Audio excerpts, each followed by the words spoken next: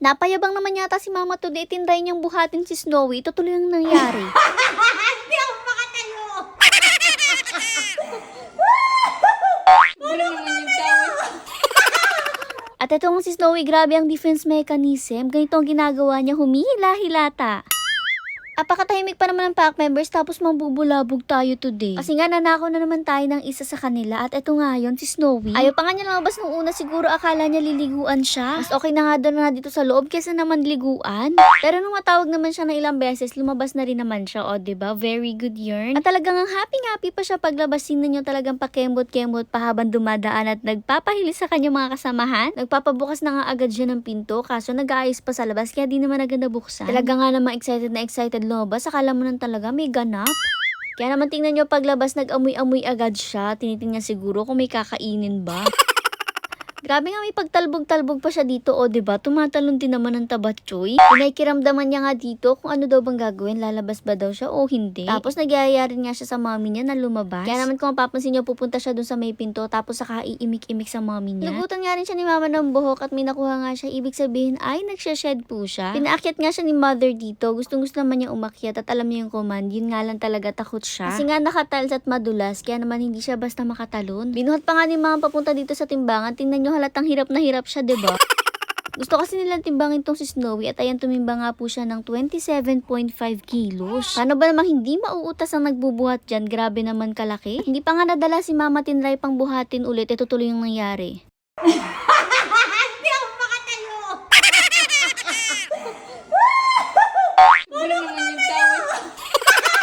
Pabutan ka sa labas. Buti na lang at sakto nandito si Kuya Sermier niya, natulungan siya at iyan, dalawa pa talaga silang nagbuhat. Ganun ba siya kabigat? Anyways, nung makitaas nga siya dito, tinry na agad siya ni Mama na tanggal-tanggalan ng balahibo. Kaso hindi pa talaga ready na matanggal yung ibang balahibo niya sa ibang part ng katawan niya. Sinuklay-suklayan nga ni Mama kung saan daw ba matatanggal yung part. Pero so far wala pa masyado. Pero opo na siya, shed na siya, next-start pa lang nga. Kaya naman sa some parts ng body niya, hindi pa talaga humihiwala yung balahibo. Dito nga may bago na naman binili si Mama. So pang trim na naman to ng hair sa kanilang popan. So far nakikita ko pagkakaiba lang dito dun sa isa nating pantrim is very aesthetic siya kasi puti nga siya. Pero halos same lang nga din siya ng performance dun sa isa nating ginagamit. Safe na safe din nga siya sa mga fur babies natin kasi made for dogs nga talaga to. Ibig sabihin hindi naman siya nakakataga sa kanilang mga paws kahit idiin mo nga ng matindi. Dito na nga nag-umpisa yung paghihirap kasi itong si Snowy kapag pinahihiga ganyan yung ginagawa te. Kaya naman ibis na linisan niya ng paws ay sinamantala niya muna yung pagkakataon at yung pwesto ni Snowy sinuklay-suklayan niya nga muna. Kasi nga dito sa belly part niya at sa leeg niya mas madaming natatanggal na balahibo. At ready na nga matagal yung mga balahibo dito. Kaya kung makikita nyo, after a few strokes, talagang ang dami ring nakuha. Enjoy na enjoy rin naman ni Snowy yung moment. Kasi ang sarap-sarap nga at namamassage-massage siya. Kaya naman kung mapapansin nyo, talaga nakasteady lang siya at inahayaan lang niya suklay-suklayan siya. Hilatang hilata nga lang siya kapag sinusuklayan. Tapos pagtatanggal na yung balahibo, pinapanood niya talaga.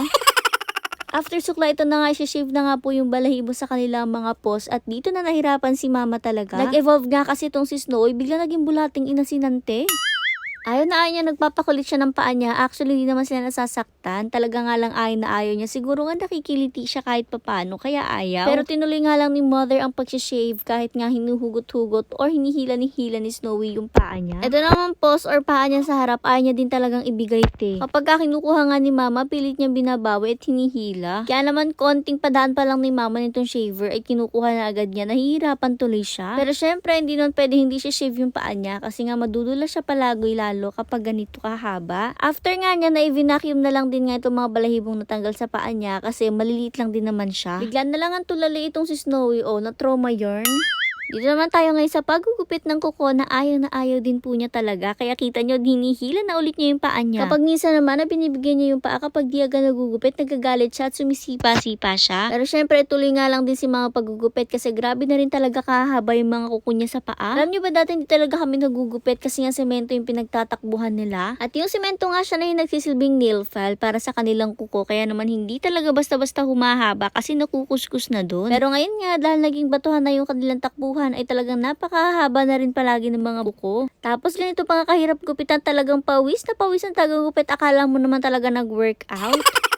At tapos na nga, hindi na siya sinuklayin masyado, inintindi lang din talaga yung kanyang pinaka-post. At ito na nga po ang aftermath, grabe, para nagtatransform na si mother, magiging husky na rin siya. Si Snowy naman ay naggaya na agad siya paloob, kesa naman daw maliguan pa siya, papasok na lang siya. At ayun na nga, after ng lahat, nakapagpahinga na rin